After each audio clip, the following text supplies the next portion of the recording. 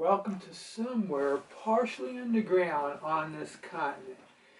Tonight I'm going to do a teaching in part of a series called Church Growth. This is part 7, entitled Good Report. If you'd like to follow along, open up to 1 Timothy. 1 Timothy chapter 3, verses 6 and 7. Not a novice, lest being lifted up with conceit, they fall into the condemnation of the devil. Moreover, he must have a good report of them which are without, lest they fall into the reproach and snare of the devil. About 2009, there was an individual, and he was being promoted to a very high place, and some people had gathered together to anoint him.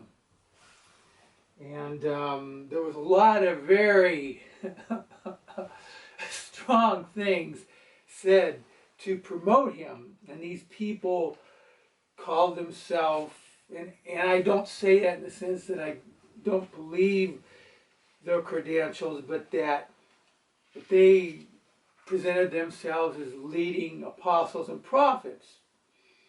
And one individual prophesied that to this individual that you're worthy of the Lord. And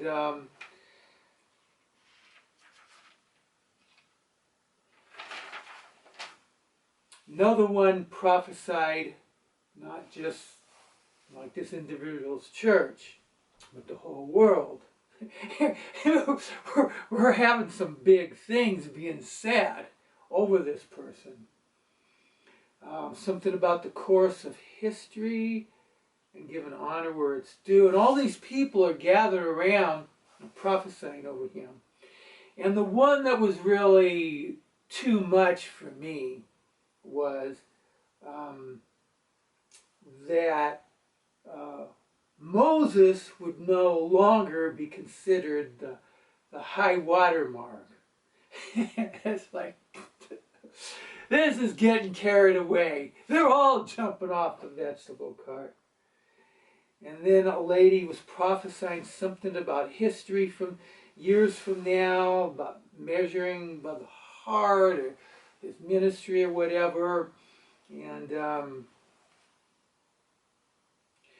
then this poor guy had a very, very hard fall.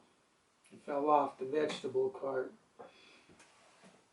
And I did make this little chart. And in this little chart, it's on 1 Timothy chapter 3, verses 2 and 7. I'll leave it here for a second and you can see it. You heard the phrase, check the boxes.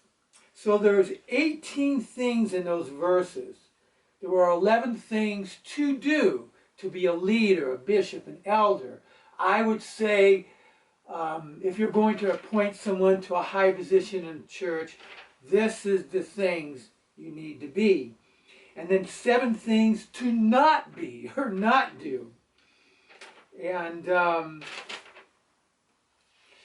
so to be patient, to take care of your house, take care of your kids, have a good report, apt to teach, blameless, married with one wife, vigilant, sober, good behavior, hospitality. 7 things not to do: not to abuse alcohol, not to hit people. And this person failed that miserably, because that was times, from time to time, he would hit somebody praying for him. Not greedy, not a brawler, not quarrelsome, not a love of money, not a novice. Of these 7 things not to do, 4 have to do with fighting, and 2 have to do with money. And I could only give him credit for 4 of those 18, maybe. There's a phrase that maybe the apple doesn't fall far from the tree.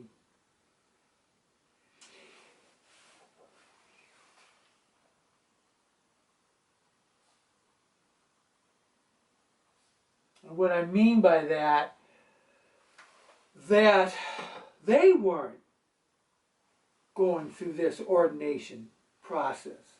On my other YouTube channel, The Mass Preacher, Orthomanteo, Orthotomeo, 3 teachings. One is entitled 1 Timothy 6, 3 through 13.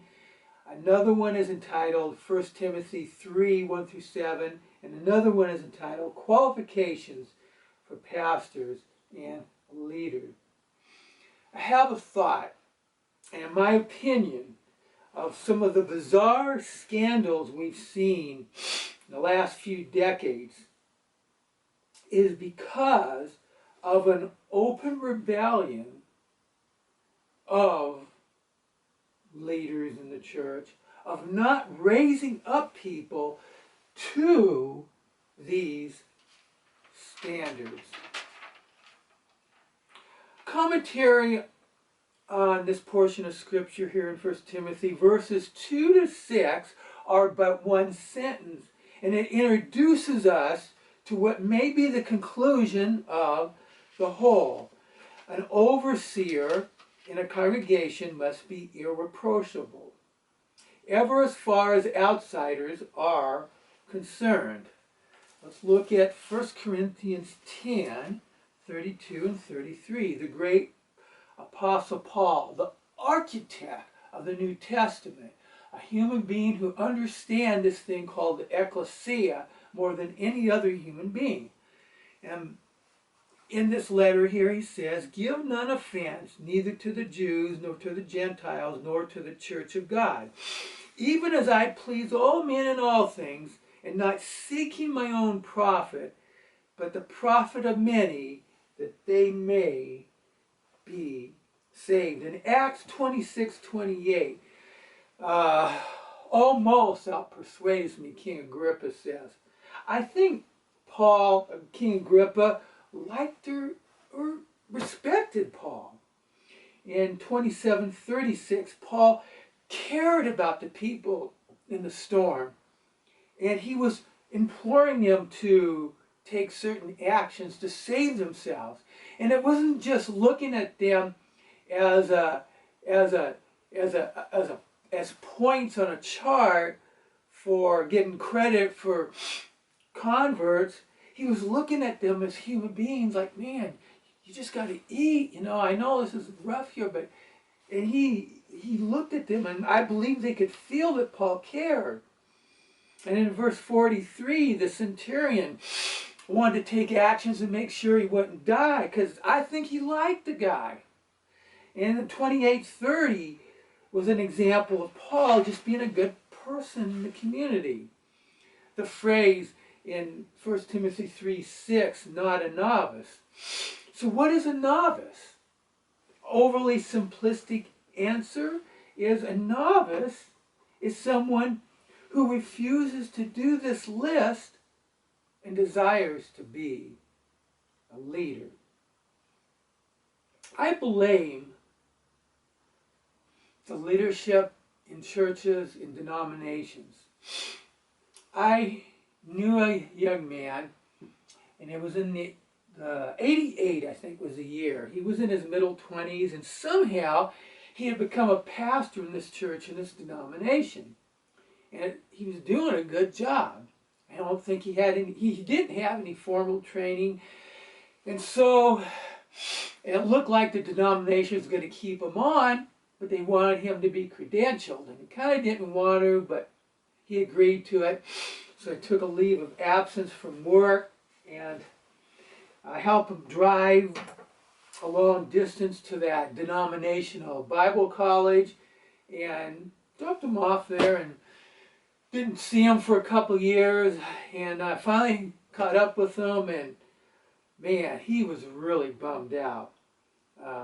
some of the stuff that was being taught in the school, the anti-Bible that was being there, the attacks on Scripture. It was just like, man, I didn't know.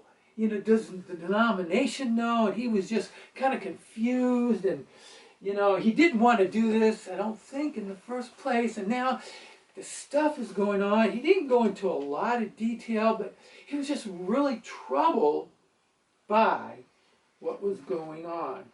He was not a novice. A novice is not a date on a calendar. It's the attitude of the heart of one who does these 18 things. Paul writes about the spiritual warfare involved. In verse 6, least lifted up by conceit. Verse 6, fall into the condemnation that the devil once did. Verse 7, lest he fall into reproach. And verse 7, the snare, and then which was a noose-like trap for small game of the devil. So, why do we have a report without? I have here a photograph that I'm going to leave here. It's a photograph of a going away party cake. Kind of neat. They gave me at a company I was at for a long time. And I remember the day the lady came up and she just says, well, what are some of your favorite verses? And I just rattled off a bunch, and I didn't really pay much attention. I knew she was a Christian lady. And then when they came out with the cake to say goodbye to me, and they have these verses on it. John 12:26, 1 Corinthians 2:16, 2 Corinthians 5:17, Matthew 28:19, Matthew 24:14, Ephesians 4.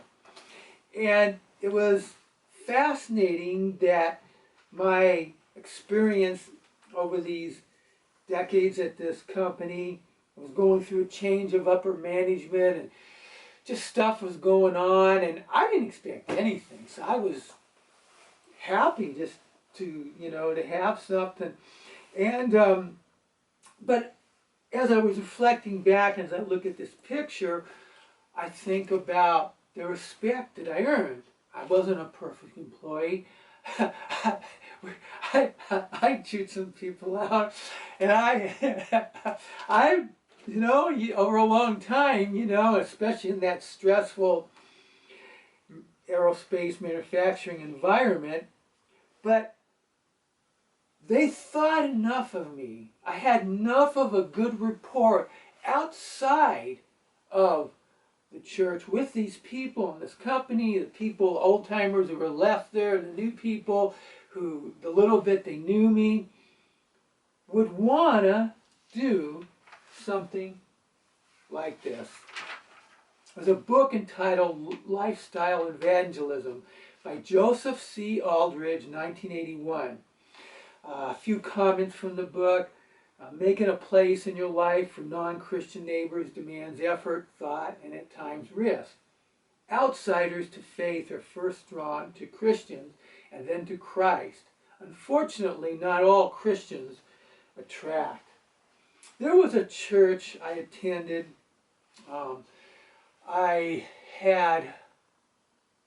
Attending a church, I had moved from one state to another state, and there we had a little bit of connection to this one church. Our pastor died, and then we voted to join this one denomination we have this little connection with.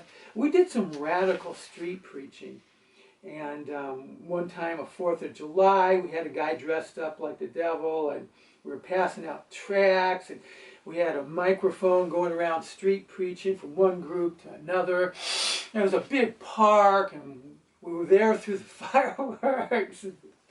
And then towards the end, at the end, as we were leaving, it was bumper-to-bumper traffic, and some of us passing out tracts, and people were cussing at us, and one guy in particular cussing at us. And then this guy dressed like the devil came up to him and said, "Very good.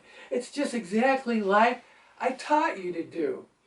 Well, this did some good We had some fun. But the few people that came into a lot of problems. Most all of the leaders did not qualify under 1 Timothy 3, 2 through 7. And I would say not having a good report without.